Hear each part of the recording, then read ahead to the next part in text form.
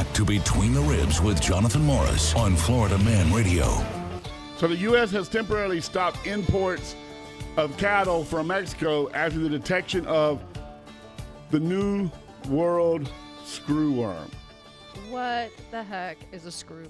It's a flesh-eating worm. They have detected it in 2 loads of cattle coming across the Mexican border. Now, I know everybody's saying, wait, hold up. I thought we stopped that. I thought we weren't doing that no more. You mean buying meat from other countries? From Honduras, yes, from Honduras and Mexico and third world countries in South America. But they're still actively bringing in truckloads and truckloads and truckloads. With worms. Full of all kind of stuff. Because the growing standards in South America, in Mexico, and Honduras, they're not the same growing standards that we have in America. But eating standards should be like high here. And like if we're bringing it in, then you would think they would make sure that it was safer, or they would want to make sure that it was safer, since now they were going to consume it and they get all these regulations that they can use on all these consumable items. No, keep talking. I love where you're going with this, because you don't even understand what you're saying, but you're saying something very profound. No, I mean, they've got an agency to make sure that we eat healthy. Right. But they're bringing it in, like another agency is bringing it in and not maybe communicating with that agency to make sure that like what they're bringing in before they feed it to people is good for you. Communication isn't the problem. It's the lack of care. So the agencies in America, and this is one of the reasons Trump is saying, we're going to stop all this they call it red tape, but we're going to stop all of this government overreach, because they don't care about what we're eating. They care about the money they make charging us to regulate us in the name of care and concern. Okay, well that makes more sense. So I'm licensed with the city of Lake Mary. I'm licensed with the county of Seminole. I'm licensed with the state of Florida. And I'm licensed with the Department of Agriculture. I also have to have a food processing license. I have to have a perishable processing license. I have to have a food permit.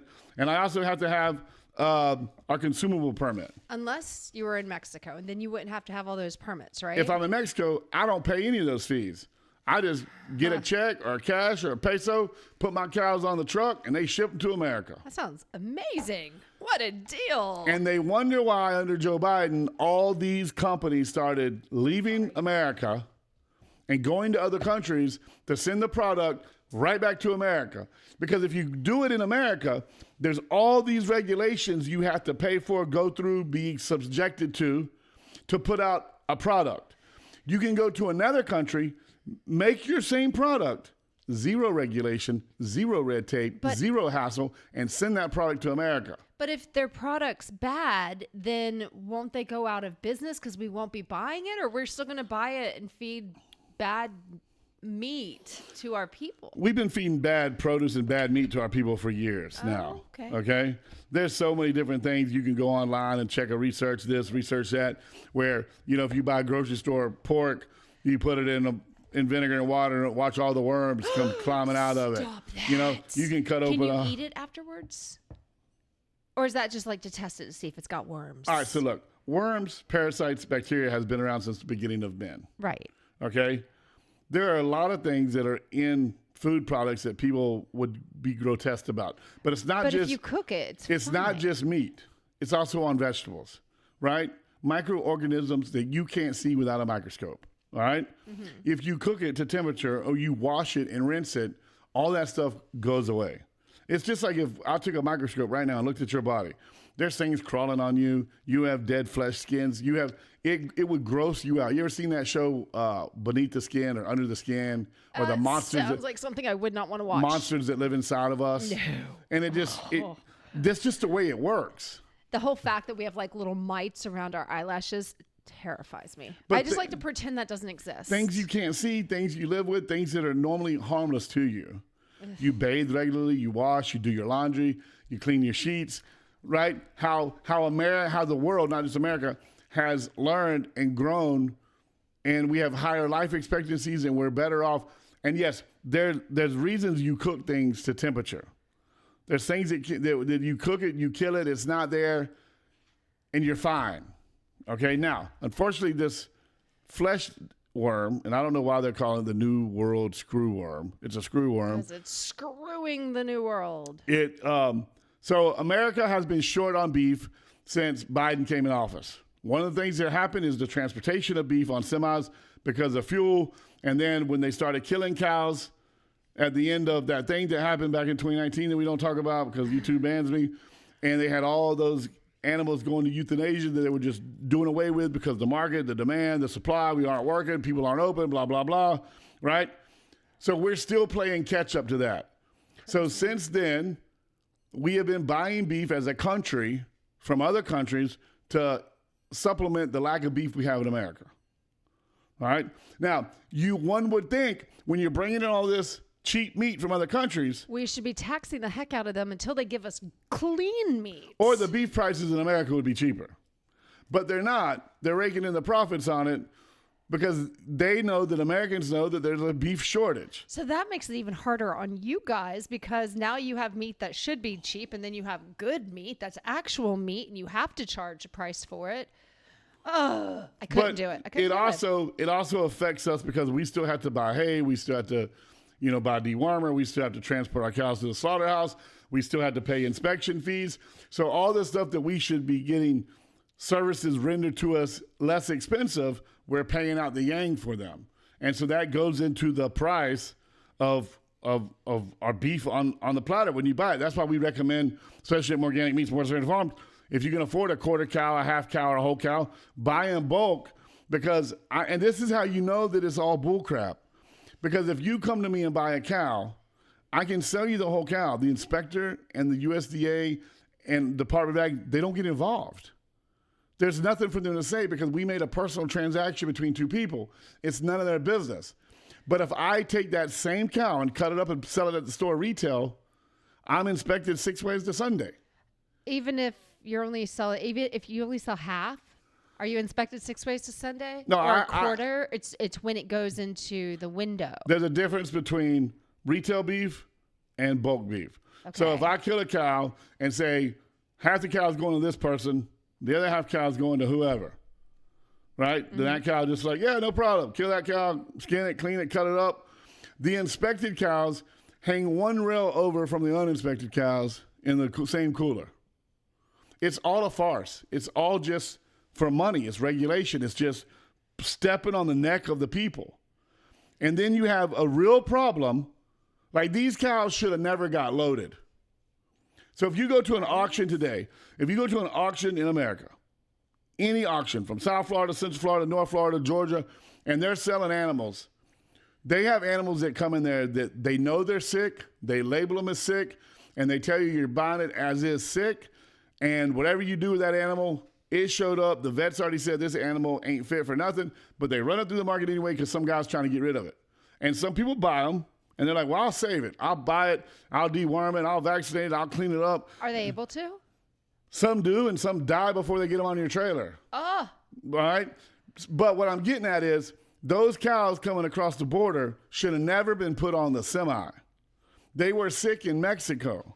But because we don't regulate Mexican farms, no one's down there to say, hey, wait a second, you got a problem, dude. and you can't put this on your truck. So they don't find it until the beef gets to America, crosses the border, and then a customs inspector goes through, right? And he finds out, wow, there's something going on. We need to pull some soil some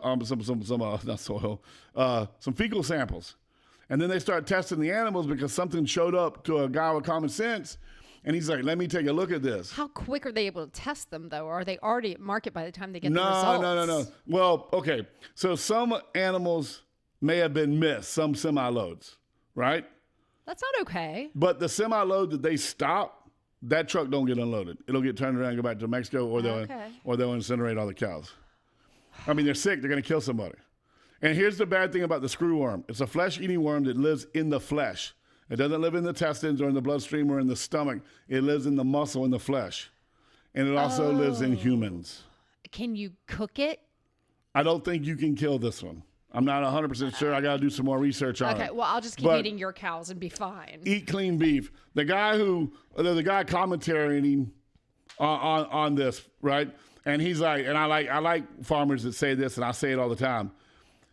we don't raise enough cows, pigs, chickens, lambs to feed America. So if you don't buy from us, buy from another local American farmer in your town, around your town. Right. I like how you support all small farmers. Yes. You're all doing the same thing. We're You're all in it together. fighting the same battle, and you're all fighting for us. Right. And I need to know there's other farmers in North Florida, Georgia, Alabama, that if they got a customer down here, and like we deliver, right? Because we have people in different parts of the country that can't find farmers, and they found us, and we deliver. But I've also recommended to people, hey, I know this dude in Alabama. If you want to use him, you know, he's 7 hours closer to you.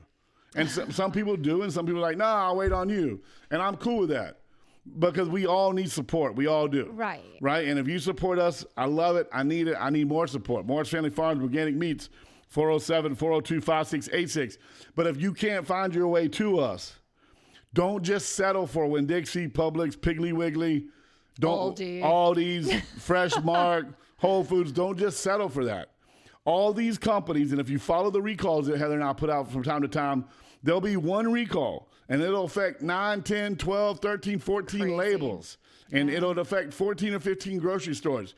All these companies are buying the same product, where it's vegetables, beef, pork, chicken, putting different labels on it and selling it to the American people. You need to be with a farm or a ranch that, yeah, we kill one cow at a time. God forbid something happens, we know something happened and it was one cow and we can fix it. Right. We're not killing 10,000, and then when people get sick, we're like, man, we got to recall 85,000 pounds of meat because we killed 10,000 cows and we don't know which one was sick. Blending it all together. We don't do that kind of stuff. Local guys don't do that. Local guys at the most kill 4 cows a week at the same time, but they're all hanging and they know which one is which. And when they process them one at a time. So even the guys that are big enough to kill 4 or 5 cows a week, they kill them one at a time, they break them down one at a time, and they pack them one at a time. So God forbid there was something wrong, they still know this is this cow, this is this cow, this is this cow. They're awesome. They're staggered because they sell them slower. Anyways, be careful, check your beef. And the other thing is, demand your grocery stores to start telling you where the meat comes from. Don't just go in there and buy it no more, because they have to tell you if the meat's not coming from America. They have to. It's a law. Oh. Do they have to have a label, or they just have to tell you? Well, thanks to Nancy Pelosi, they did away with that during Trump's administration. Remember that first impeachment? It used to be under Trump a law that there had to be a label on the case telling you where the meat came from. Now they don't have to, but if you ask them, they have to disclose it. So they don't have to have a sign up anymore. Do they have to be able to track it back to the cow?